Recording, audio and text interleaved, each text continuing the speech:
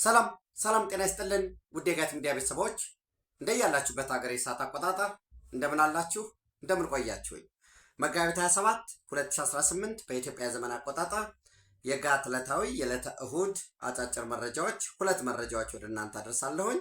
ላይክ አድርጉ፣ ሸር አድርጉ፣ ሀሳብ አስተያየት አካፍሉ። ዘወትር የምጠይቃችሁ ነው። የጋት ሚዲያ ሜምበር ሁኑ። ጋት ሚዲያን በሱፐር ቻት በሱፐር ታንክስ ደግፉ። አስተያየት ባለኝ በተነሳሁት እኔ ወደ እናንተ ሀሳብ ሳቀርብ መረጃዎችን ወደ እናንተ አደርሳለሁ። ከዛ ባለፈ ደግሞ የግል ምልከታዬን በመረጃዎች መሰረት የራሴን ንባብ የራሴን ምልከታ ጨምሬ መረጃዎችን ሳጋራ የለም ይሄ ትክክል አይደለም፣ ይሄ ይጨመር፣ ይሄ ይቀነስ፣ ይሄን ብታነብ ይህንን ደግሞ የተረዳህበት በትክክለኛ አግባብ አይደለም የሚል እንግዲህ መምህር ሆኜ ስለኖርኩ መምህርም ስለሆንኩ በዚህ ዙሪያ አብረን እንድንመማር ስሰሳት እንድታሳውቁኝ፣ በዛ ደግሞ ጋት ሚዲያ አስተማማኝ መረጃ ምንጭ ሆና እንድትቀጥል የጸና ፍላጎት አለኝ። ከነውስንነቱም የመብራት የድምፅ እነዚህ እንፈታችኋለን እናንተን ይዤ ሁልጊዜ እንደዛ የሚል ጽኑ እምነት ነው ያለኝ። ይህን ካልኳችሁ የመጀመሪያው እንግዲህ በዛሬው ዕለት የትግራይ ጊዜያዊ አስተዳደር ፕሬዚደንት ሌተናል ጀነራል ታደሰ ወረደ ወደ አዲስ አበባ አቅንተዋል። ይሄ ከተረጋገጠ ከአስተማማኝ መረጃ ያገኘሁት ነው። በነገው ዕለት ከክቡር ጠቅላይ ሚኒስትር ዶክተር አብይ አህመድ ጋር እንደሚወያዩ በተመሳሳይ ከያዙት ፕሮግራም ለመረዳት ችያለሁ። ይሄም አስተማማኝ መረጃ ነው።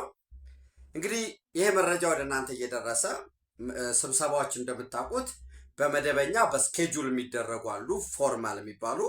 ሁለተኛ ደግሞ ኢመደበኛ ስብሰባዎች አሉ፣ በቃለ ጉባኤ የማይያዝላቸው እንዲያው ይህንን ቃል ተገባብተን ነበር፣ ይህን ብለህ ነበር ብለሽ ነበር የማይባል ኢንፎርማል የሆኑ ስብሰባዎች ይኖራሉ።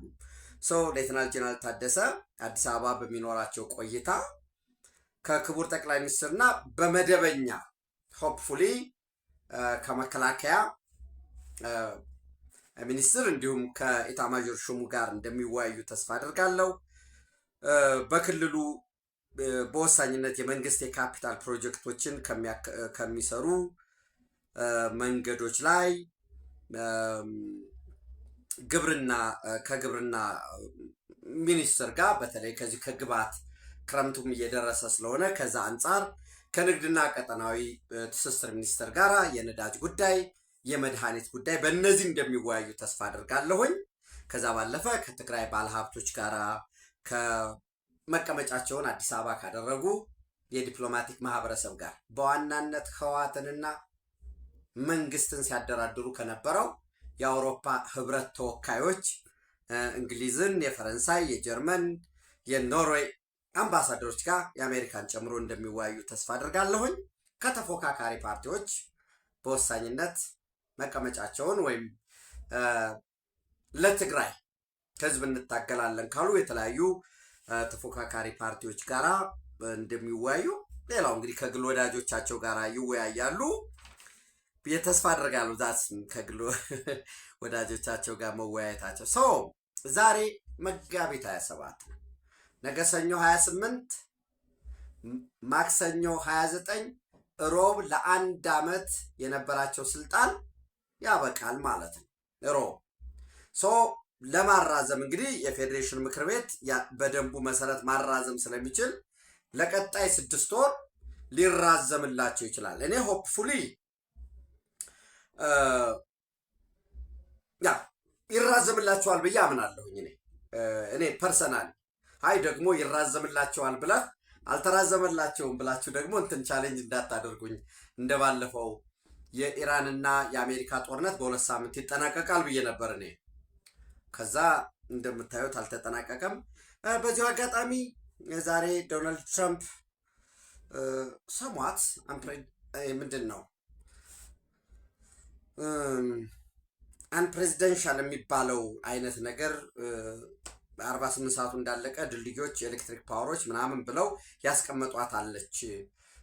ክፈቱ የሆኑ ሙዝን ክፈቱ ወይ ምናምን የሚል ያው እንግዲህ በምናውቀው በከስተመሪ ዋትስ ፕሬዚደንሻል ዋትስ አንፕሬዚደንሻል ሌላ ጉዳይ ሆኖ እንደው በካስተመሪ በተለመደው አንጻር የተጠቀሟቸው ቃላቶች ትክክል ናቸው ብዬ ፐርሰናሊ እኔ አላምንም። ግን ዋናው ፓወር ያለው ሰው ነው። ፓወር ያለው ሰው ኤክሰርሳይዝ የሚያደርገው ነው። ዚስ ፕሬዚደንሻል ዛትስ ኖት ብሎ ሊያስቀምጥ የሚችለው ሰው። እኔ አምን የነበረው ወሳኝ የሆኑ የሚሊተሪ ካፓቢሊቲዎቹ ይመታሉ፣ ከዛ በኋላ ወደ ድርድር ይመጣል ብዬ ነበር ያመንኩት። ወል አልሆነም። በ2 ሳምንት ያልኩት ስህተቱ ነው ተገኝቷል ማለት ነው። 1 ወር አልፎታል። እንግዲህ ነገ ምሽት ላይ ያልቃል። አክቹአሊ ምሽት ላይ ያልቃል። 6 ሰዓት በኋላ እንደተባለው ድርድር ላይ ደርሰው ይሆን? እየተደራደርን ነው ስላሉ ዶናልድ ትራምፕ ማለት ነው። ነገር ግን ድርድሩ እንዲፈርስ የሚፈልግ አካል አለ ወይ? ፈርሷል። የዲሞና የሚባለው የእስራኤል የኒውክሌር ጣቢያ ያለበት አካባቢ ምሽቱን ቅጥቀጣ ምንድነው ድብደባ ነበረ። ባህሬን ላይም ኳታር ላይም በተመሳሳይ ኖ ባህሬን እና የኤሌክትሪክ ማመንጫዎች እና የዲሳሊኔሽን ሴንተር የተመታበት ሁኔታ አለ። ምንድን ነው የሚለው መረጃዬን ወደ እናንተ ለማምጣት ባህሬን እና ኩዌት ላይ ፓወር ዋተር ፕላንት ዳሜጅ አስ ኢራን ኪፕስ አታኪንግ ገልፍ ስቴት ብሎ የተቀመጠ አለ። በዛ ላይ የዲሞና የተመታ ሁኔታ አለ። በነገራችን ላይ ከአሜሪካ ጋር በስምምነት ደረሱ ማለት እስራኤል መደብደቧን ታቆማለች ማለት አይደለም። እንግዲህ ጦርነቱ ከዋነኛ የሚሊተሪ ሳይቶች አልፎ ወደ የሲቪል መሰረተ ልማቶች ለምሳሌ ከነዳጅ በመቀጠል ኢራን ግዙፍ የሆነ የውጭ ምንዛሬ የምታገኘው ብረት አምራች ነች። ለፓኪስታን ለቻይና የምታቀርብ በዓለም ካሉት ቶፕ 10 ብረት አምራቾች ውስጥ አንዷ ኢራን ነች። በአመት እስከ 11 ቢሊዮን ዶላር ያገኛሉ። አሁን የብረት የማምረት አቅማቸው 70% ከጥቅም ውጭ ሆኗል። ብረት ዋጋ ይጨምራል ማለት ነው። መጀመሪያ ሆርሙዝ ክፍት ነበር። አሁን ሆርሙዝን ክፈቱ የሚለው ሌላ የመደራደሪያ ሆኖ ነው እየመጣ ያለው። ምናልባት በቁጥር እስከ 10,000 ገደማ አካባቢ የሚሆን ኃይል የእግረኛም አለ። ያ ይሰማራል አይሰማራም አብረን የምናየው ነው የሚሆነው። ዝሮ ወደ ዋናው ነጥብ ስመጣ ሌተናል ጄኔራል ታደሰ ወረደ እንደ ጌትነት ጋትን እንተዋት ሚዲያችንን ይቀጥላሉ ብዬ አምናለሁ። for the coming 6 months ሲቀጥሉ ግን እርሳቸውም የሚፈልጉት ጥያቄ ይኖራል። በፌደራል መንግስቱም ደግሞ የሚፈለግ ጥያቄ ይኖራል። የፌደራል መንግስቱ አነሰም በዛም ጥያቄው የሚያጠነጥነው 10ሩን ቃል ኪዳኖች ወይንም ስልጣን በያዙ ወቅት ለመፈጸም መጋቢት 30 2017 የፈረሟቸው ነበሩ። አንደኛ የተፈናቀሉ ዜጎችን ወደ ቀያቸው የመመለስ ሂደት በጅምር ያለው እንዲጠናቀቅና በቀሪ አካባቢዎች በፍጥነት እንዲተገበር ማድረግ። ራያ ተመልሰው ነበር። ጸለምት ተመልሰው ነበር። ጠለምት ምን በለው የቀረው እነዚያ የቀሩ አሉ። በጅምር ላይ ሁሉም 100% ተጠናቋል ማለት አይደለም። ያኔ እነዚያ እንዲመለሱ የቀሩት ወልቃይት ጠገዴ ሰቲት ሁመራን ይዞ ሌሎች ደግሞ እንዲመለሱ ይሄ አንድ የተሰጣቸው ኃላፊነት ነበር። እነዚህ 8 ኃላፊነቶች የሚመነጩት ከየት ነው? ከፕሪቶሪያ ስምምነት። የፕሪቶሪያ ስምምነት የሚመነጨው ከየት ነው? ከህገ መንግስቱ። አለቀ። ያው እንግዲህ ህገ መንግስቱ ላይ ዲዲአር ምናምን የሚል ስለሌለው ዙሮ ህገ መንግስቱን ወደ ስራ መመለስና ህገ መንግስቱን ወደ ስራ እንዳይመለስ አድርገው የነበሩ አደረጃጀቶች፣ ፕሮፓጋንዳዎች፣ ቴክኒካል ስትራክቸራል የሆኑ ጉዳዮች እንዲፈቱ ማድረግ ነው ፕሪቶሪያ፣ ሌላ አይደለም። ሁለተኛ በፕሪቶሪያ ስምምነት መሰረት ትጥቅ የመፍታትና የቀድሞ ታጣቂዎችን መልሶ የማቋቋም ተግባር በአፋጣኝ እንዲጠናቀቅ ማድረግ። አልፈጸሙም። ይሄንን ዜሮ። እንዲያውም እንኳን ሊፈጽሙ አሁን አፈሳለ ተበትነው ወይ ምንድን ነው የሚባለው ዲሞቢላይዜሽን መበተን ነው። ስልጠና ወስደው ሄደው የነበሩት እንደገና እንዲሰበሰቡ እየተደረገ ነው። በተለይ ህወሓት ጦርነት አልከፍትም የሚል እንደ አግሪመንት ወስደዋል። ግን ሁለተኛ ቡድን ወጥቷል። ያ ሁለተኛ ቡድን የመጀመሪያው ቡድን የመጫወቻ ካርድ መሆኑንም ሳንረሳ ነው። 3 በክልሉ የህግ የበላይነት እንዲሰፍን ማድረግ፣ ለህዝብ ደህንነት ለሰላምና ለጸጥታ ጠንቅ የሆኑ ጉልህ ህገወጥ እንቅስቃሴዎች እንዲቆሙ ማድረግ፣ ለዚህም ተገቢውን የቁጥጥርና የህግ ማስከበር ስራ መስራት፣ ይሄኛው እንዲሰሩ ይጠበቅ ነበር። ግን ራሳቸው በፈቀዱት ሌተናል ጀነራል ታደሰ ወረደ በፈቀዱት ኦፍኮርስ አጭበርብረዋል ህዋቶች። በባለፈው አሸንዳ በዓል ሊከበር አካባቢ ኦልሞስት ነሐሴ ላይ አይደል አሸንዳ በዓል ሊከበር የነበረው፣ እዛ ሐውልት ጠርተው ሪፎርም ማካሄድ ይፈልግ ነበር ሌተናል ጀነራል ታደሰ። ግን ጠለፉት። እሱን ወደ ሐምሌ ነው ነሐሴ ላይ አሸንዳ ሊከበር ነሐሴ 12 13 ኤግዛክትሊ ቀኑን ልሳት ይችላል። ምን የሚል 1 2 3 አረጉና ማህተን እና ጊዜያዊ አስተዳደሩን የሚያግዝ ካውንስል ይቋቋማል የምትል ሰነቀሩ። ያቺ ካውንስል የምትባለዋን አቋቋሙና ከቲፒኤልኤፍ 3 ከቲዲኤፍ 3 ከጊዜያዊ አስተዳደሩ 3 ብሎ ዶክተር ደብረጽዮን ቆለፈና የጸጥታ አሬንጅመንቱ በሙሉ እንኳንስ ሊያስከብር የራሱ የሌተናል ጀነራል ታደሰ ወረደም እንደው በወዳጆቹ የሚያገኛቸው የጸጥታ አፓራተሶች እና ካልሆነ በቀርና ፖሊስ ደግሞ የትግራይ ፖሊስ በአንጻራዊነት ሎያል ነው ለመንግስት። ከዛ ባልሆነ በቀር ቲዲኤፍ በሉት ሚሊሻውን በሉት ህወሓት ነው ጠርንፎ የያዘው። ዙሮ የህግ የበላይነትን እንዲያስከብር ስምምነት ነበረ ማለት ነው በሶስተኛ ደረጃ። አራተኛ መደበኛ የልማት ስራዎች፣ መንግስታዊና ማህበራዊ አገልግሎቶች እንዲሁም የመልሶ ግንባታዎች ስራዎች እንዲሳለጡ ማድረግ ነበር። እዚህ ላይ ምን ይመስላል ማየት ነው። 5 ከህገ መንግስታዊና ከህጋዊ ስርዓት ከሀገር ሉዓላዊነትና ከፕሪቶሪያ ስምምነት ያፈነገጡ ግንኙነቶችና እንቅስቃሴዎች እንዲቆሙ ማድረግ። በዚህ ረገድ የጽንፈኛው ፋኖ አባላት የሻዕቢያ ወታደር ዛሬ ራሱ ለምሳሌ ህዝብ ለህዝብ ነው መድኃኒዓለምን በዓል ሊያከብሩ ነው የመጡ ሆሳዕናን ሊያከብር ነው የመጣው ከኤርትራ ሊባል ይችላል እንደ ህዝብ። ግን ሲመጣ ድንበር አቋርጦ ሲመጣ የሚሰሩ ስራዎች አሉ። እርዳታ ተብሎ ለምሳሌ የሆነ ዱቄት ነገር ይዘው መጥተዋል። በትክክል አሰራሩን ጠብቆ ነው ወይ የመጣው? እንግዲህ እነሱም ኖርማሊ ከለውጡ በፊት አስተዳድረዋል። የሚወጣ የሚገባ ነገር የጉምሩክ ጉዳይ በደንብ ተሰርቶ ነው ወይ የመጣው? ከዛ ውጭ ይሄ በግላጭ የሆነ የጦር መሳሪያ ይመጣል፣ ወርቅ ይሸጣል። ህገ ወጥነቱ በአደባባይ ያለ ነው። እኔ ስላልኩኝ እኔ እንደ ጌትነት የራስ የሆነ ፖለቲካል ሞቲቭ ኖሮኝ አይደለም። ዓለም አቀፉ ማህበረሰብ ያረጋገጠው ዘ ኢኮኖሚስት፣ አጃንስ ፍራንስ ፕሬስ፣ ኒውዮርክ ታይምስ፣ ሁሉም የፈረንሳይ ተቋማት የአፍሪካን ሪፖርተር የስለላ ተቋማት ሁሉ የሚያውቁት በግላጭ ነው። እና ድንበር ላይ ያለው እንቅስቃሴ ለምሳሌ መከላከያ ሰራዊት ሊገባ ነው ተብሎ ማህበራዊ ሚዲያ ላይ ለምሳሌ የሆነ ጊዜ ሲወራ በፍጹም አይገባም አሉ። የፕሪቶሪያ ስምምነት ጥሰት እኮ ነው። ራሱ ሌተናል ጀነራል ታደሰ ወረደ በባለፈው ከሳምንት በፊት ወደ ደቡባዊ ትግራይ ወደ ራያ ሄዶ ነበር። አላማጣ ኮንቴስትድ የሚባል ኤሪያ የለም፣ አጨቃጫጭ የሚባል ቦታ የለም። እንዲያውም ትግራይ የምትጠይቀው እንጂ የሚጠየቅ መሬት የላትም ማለት። ይሄ ፕሪቶሪያ ስምምነትን በግላጭ መጣስ ነው። አትሊስት ስምምነቱ ላይ ኮንቴስትድ ኤሪያ የሚል ስለተቀመጠ ማለት ነው። ራሱም ደግሞ ጊዜያዊ አስተዳደሩም ራሱ ሌተናል ጀነራል ታደሰ ወረደ ያለበትም ቦታ የፕሪቶሪያ ውጤት ነው። ክልሉ ከዲሞክራሲያዊ ምርጫ ዝግጁ እንዲሆን ማድረግ። በክልሉ 0 ምርጫ መደረግ ነበረበት፣ ግን ዝግጁ አላደረገም። እንዲያው ምርጫ እናካሄድም፣ ግን የሚያመጡት ሰበብ አለ። የህወሓት እውቅና ሳይመለስ ምርጫ ተፈናቃዮች ሳይመለሱ የትግራይ የግዛት አንድነትና ሉዓላዊነት ሳይረጋገጥ እንግዲህ ሉዓላዊነት የግዛት አንድነት ለአንድ ሀገር ለጠቅላላ ሀገር እንጂ የግዛት አንድነትና ክልሎች ያላቸው የአስተዳደር ወሰን ነው።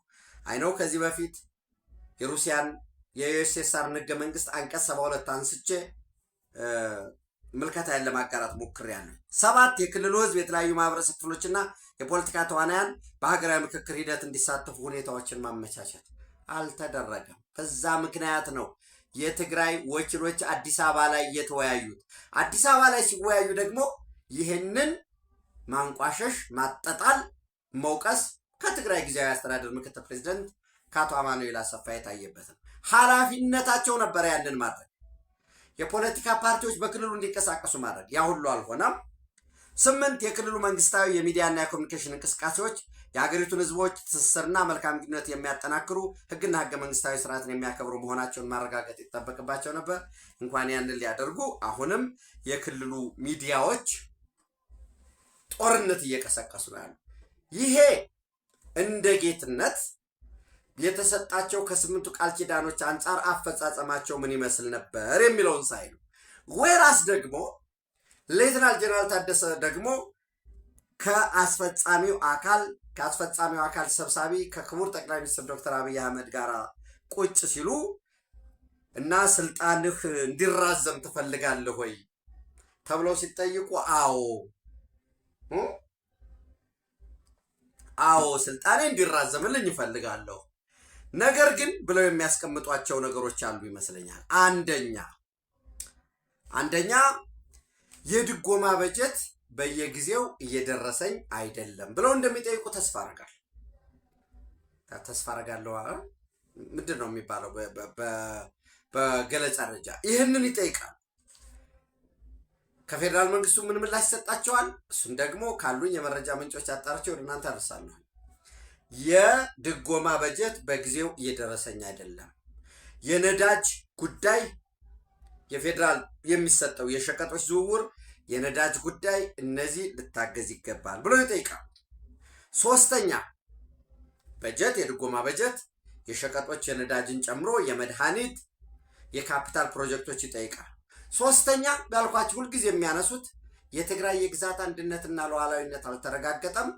የትግራይ ወገኖቻችን 5 ተከታታይ ክረምት በኬንዳ አሳልፈዋል። አሁን ለ6ኛ እየመጡ ነው። ይሄ ተፈናቃዮች አለመመለሳቸው፣ የትግራይ የግዛት አንድነትና ሉዓላዊነት አለመረጋገጥ ተጨማሪ ጥያቄ እየሆነብኝ ነው፣ ይሄ ይስተካከልልኝ ብለው ይጠይቃሉ ብዬ አስባለሁ። ከዚህ ከህዋት ጋር ተያይዞ የህዋትም እውቅና ይሰጠው፣ እውቅና ስላልተሰጠው ወደ ምርጫ እንደማይሳተፍ ስላወቀ፣ በምርጫ የማይሳተፍ ከሆነ ደግሞ ህልውናው ስለሚያበቃ በዚህ ምክንያት ነው ምርጫ እንዳይደረግ ያደረጉ መሰናክል የሆኑኝ ብለው ያነሳሉ ብዬ አምናለሁኝ። ሌሎችን ደግሞ የሚያነሷቸው ምክንያቶች ይኖሩ ይሆናል። ዞሮ ዞሮ ግን አጠቃላይ ፐርፎርማንሳቸውን እኔ የሚያነሷቸው ውስንነቶች ይኖራሉ። በፓርቲው በኩል የሚነሳው በጊዜያዊ አስተዳደር ውስጥ የሚነሳው ውስንነት ይኖራል። በተለይ የዚህ የዳይሃርድ ሜንታሊቲ ካለው ከቲፒኤልኤፍ አንጻር። ዞሮ ዞሮ ግን የሌተናል ጀነራል ታደሰ ወረደ አፈጻጸም ምን ይመስላል ብለን ስናይ እኔ ፐርሰናሊ ከአጥጋቢም በታች ነው ብዬ ነው የማምነው። አሁን የፌዴራል መንግስት የሚያራዝምላቸው ከሆነ በልዩ ሁኔታ የፌዴራል መንግስት ወኪሎች በጊዜያዊ አስተዳደር ካቢኔ ውስጥ መካተት አለባቸው ብዬ አምናለሁ። ቢያንስ አዲስ ኢንተርቬንሽን ህዋት ነው ጠቅልሎ የያዘው። ተፎካካሪ ፓርቲዎች ተብሎ የተካተቱትም አብረው ኦልሞስት ህዋት በሰጣቸው ደረጃ ነው የሚተውኑት። ዞሮ ዞሮ ግን የሚነሱ ማንም ቢሆን ሊነሱ የሚችሉ የትግራይ ፖለቲከኛ ሲሆን ሊያነሳቸው የሚችሉ ጉዳዮች ይኖራሉ። አጠቃላይ የሌተናል ጀነራል ታደሰ ወረደ አዲስ አበባ ገብተዋል። ነገ ቀጠሮ አላቸው። አስቀድሜ እንዳልኳችሁ ሊነሱ የሚችሉ ጥያቄዎች እነኚህ ናቸው። የስልጣን ጊዜያቸውም ይራዘምላቸዋል ብዬ አምናለሁኝ። ምክንያቱም ለማራዘም ነገ 28 ነው። ነገ በሚኖረው ውይይት መሰረት ተደርጎ በ29 የፌዴሬሽን ምክር ቤት አቅጣጫ ያስቀምጥና ተሰብስቦ ሆፕፉሊ በ30 ደግሞ ፕሮሲጀራል ስለሆነ ጉዳዩ በ30 ደግሞ መራዘሙ ይገለጽላቸዋል ብዬ አምናለሁኝ። እሱን ካልኳችሁ ሌላ ምናልባት የኤርትራ እግር ኳስ ተጫዋቾች መጥፋታቸው እየተነገረ ነው። የኤርትራ ብሔራዊ ቡድን የቅድመ ማጣሪያ ጨዋታ አሸንፎ ወደ አፍሪካ ዋንጫ ማጣሪያ ምድብ ድልድል መቀላቀሉ ያው ተገልጾ ነበር። ይሄ በጣም ጥሩ ነው ሲባል ነበር። ነገር ግን 7 የብሔራዊ ቡድኑ አባላት ኢስዋቲኒ ላይ ጠፍተው መቅረታቸው እየተገለጸ ነው።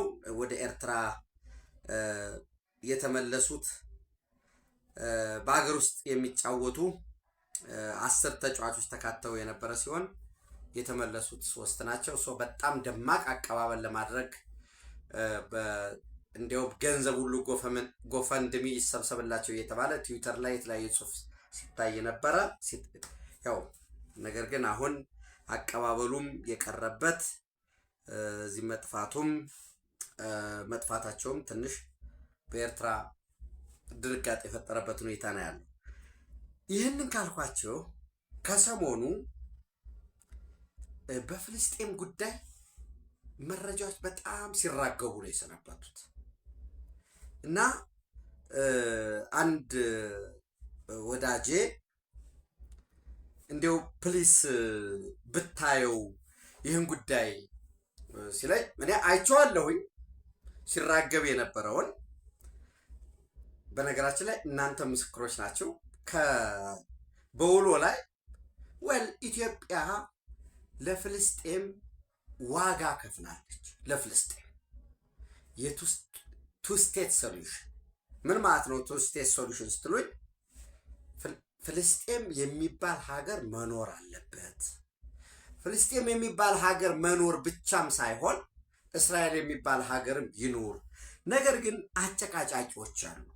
ከነዚህ አጨቃጫቂ ቦታዎች አንዱ ለምሳሌ ኢየሩሳሌም ነው።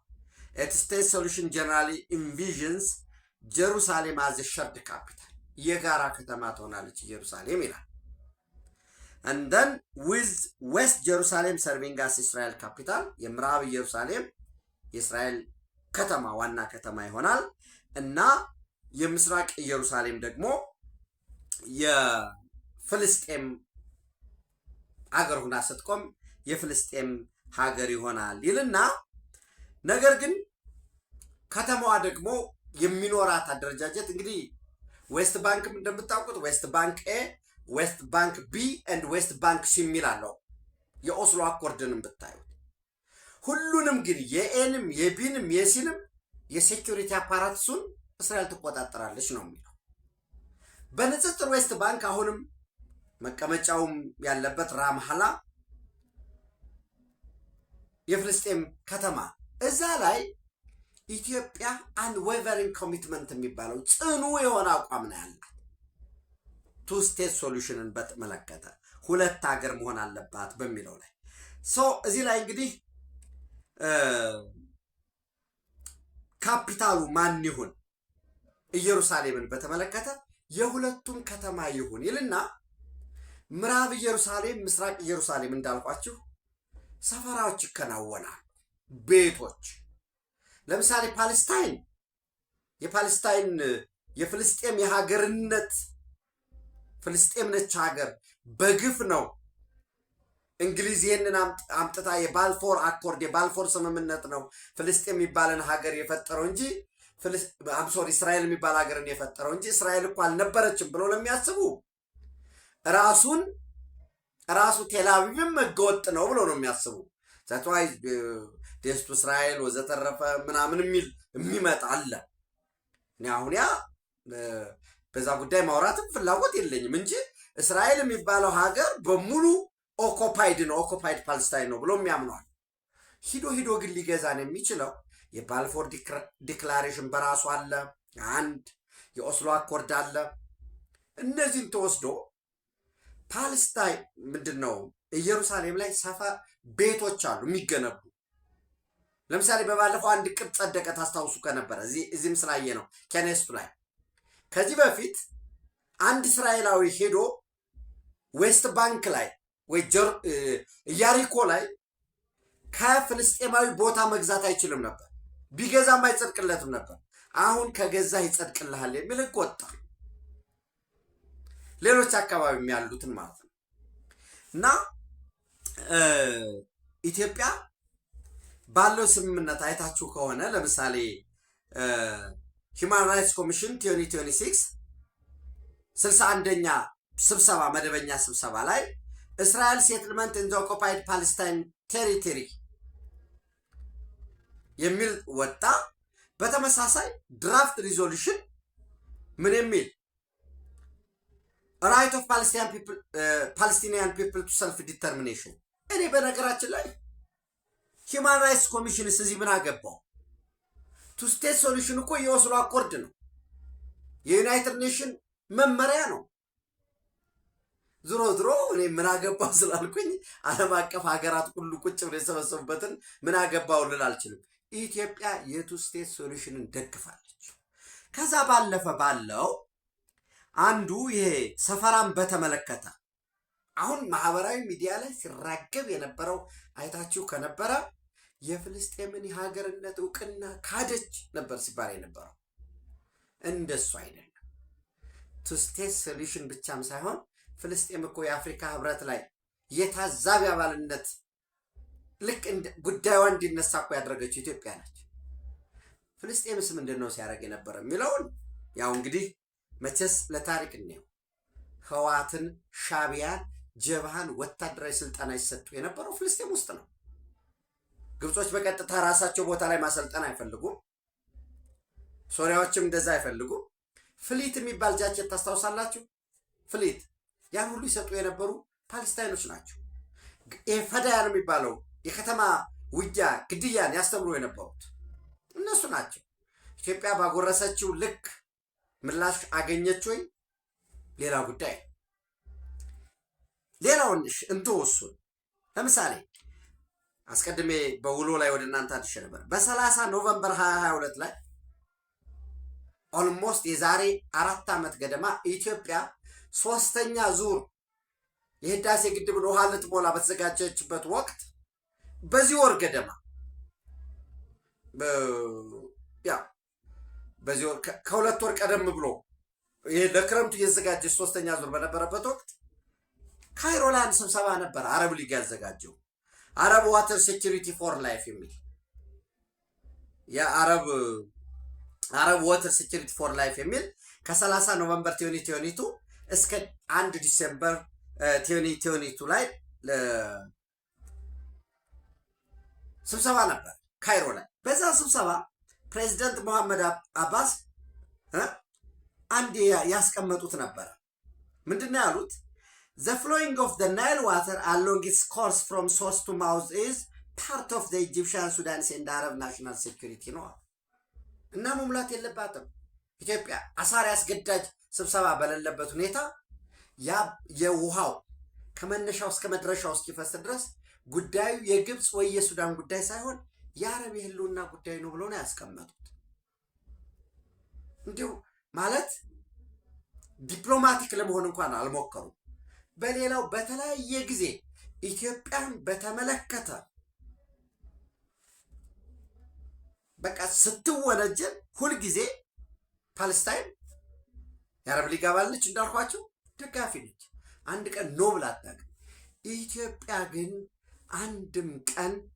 አንድም ቀን አጌንስት ፓለስታይን ኢንተረስቱን አታውቅም። አሁን እዚህ ላይ ብያቸዋለሁ። ከምን አንግል ነው እኔ በውሎ ላይ የሚያልኩትን ነው የምደግመው።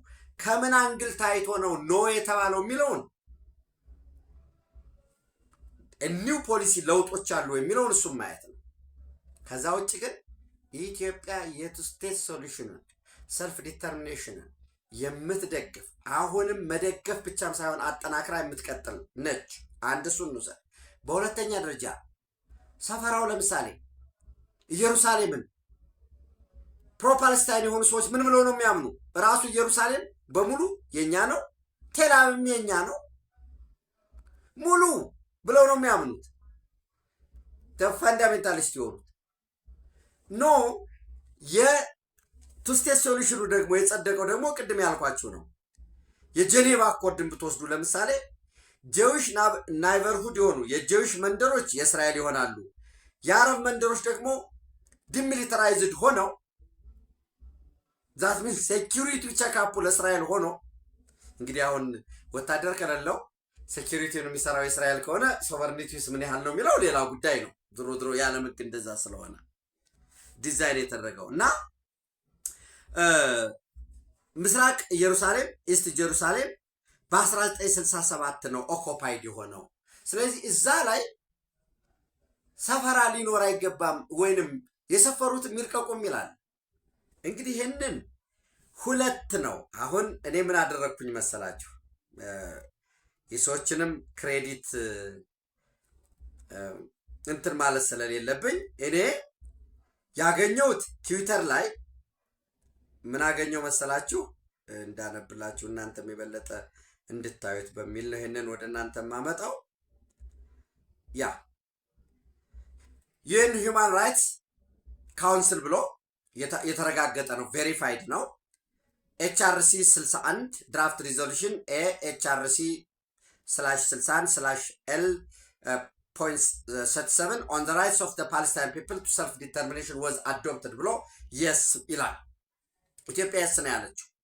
ነገር ግን ይህን የስ ካለችበት ኢትዮጵያ የስ ብላ ከዛ እዚህ ላይ ሰልፍ ዲተርሚኔሽን ላይ ቸክ አብስቴን ያደረገችው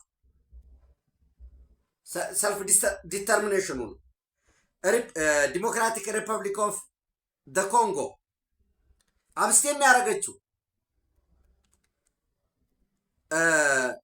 ነርዝ ሰሜን መቄዶንያ። በነገራችን ላይ ይሄ ነርዝ መቄዶንያ እውቅና የሰጧት አሉ፣ ያልሰጧት ሀገራት አሉ። እና ዩናይትድ ኪንግደም ኦፍ ግሬት ብሪቴን ኤንድ ነርዘርን አየርላንድ አብስቴን ይላል። ኢትዮጵያ ግን እዚህ ላይ የስ ብላ ቱ ስቴት ሶሉሽኑን ደግፋ የሰልፍ ዲተርሚኔሽን ከደገፈች በኋላ አንድ ወዳጄ ኖ ትክክል አይደለም ስል ቆይ ሜሴንጀር ልላክልህ በሚል ምን ላከልኝ? እንትን ላከልኝ ፌስቡካቸውን። ይሄ ፌስቡካቸው ምን ይላል?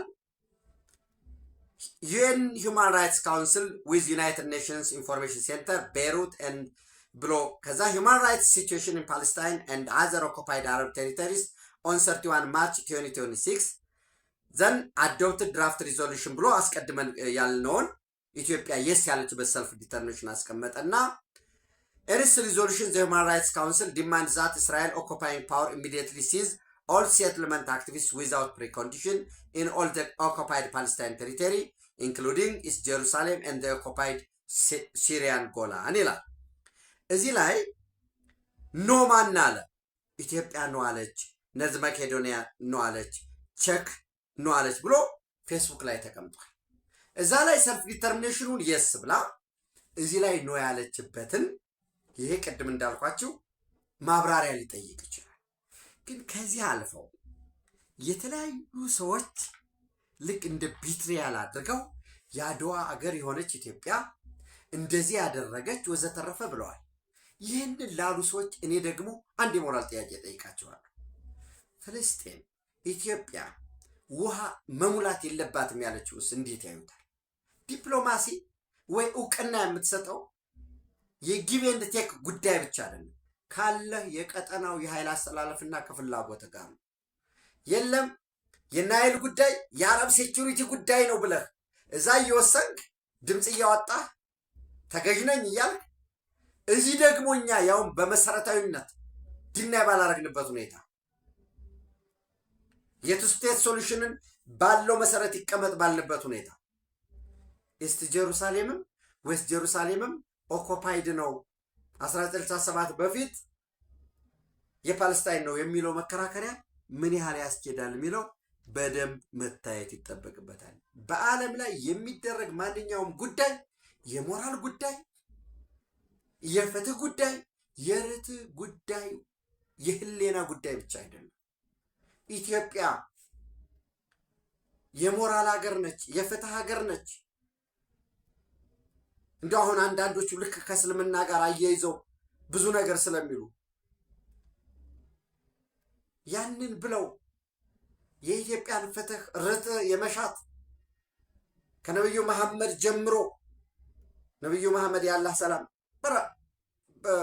ሲጠሩ ሰለላሁ ዐለይሂ ወሰለም ተብሎ ስለሚጠሩ የሳቸውን ሁሉ ምስክርነት ወደ ጎን ትተው በዓለም አደባባይ ያለ ቦታው ሰጠው ታጣቂ ሲያደራጁ ምን ሲሉ እጅህን አጣጥፈው ቁጭ ብለህ ፈጣሪ ያውቅልኛል ሞራል አለ እሱ አይልኛል አይደለም። እንደዛ አይደለም። ሪያሊዝም የሚባል ኮንሴፕት አለ። በሪያሊዝም አናይ ፎር አናይ እና ይህ ማየት በጣም ወሳኝ ነው የሚል እምነት አለኝ። የመካከለኛው ምስራቅ እንግዲህ አስቀድሜ እንዳልኳችሁ የ48 ሰዓቱ እየተጠናቀቀ ነው። ነገ 6 ሰዓት አካባቢ ይጠናቀቃል። እሱ ምን ያስከትላል የሚለውን አብረን የምናየው ነው የሚሆነው እና የሞራል የፍትህ ጉዳይ የሚያነሱ ሰዎች ብዙ ሞራል ፍትህ ሃይማኖት ተቋማት አካባቢ ትክክል ይመጣል፣ ግን በዓለም የፖለቲካ ኦርደር እንደዛ አይደለም እየሆነ ያለው። ይህን ለማለት ነው። ኢትዮጵያ በክብር ለዘላለም ትኑር። ተጨማሪ መረጃ ማስረጃዎችን ይዘን ወደ እናንተ እንመጣለን። ቴንኪው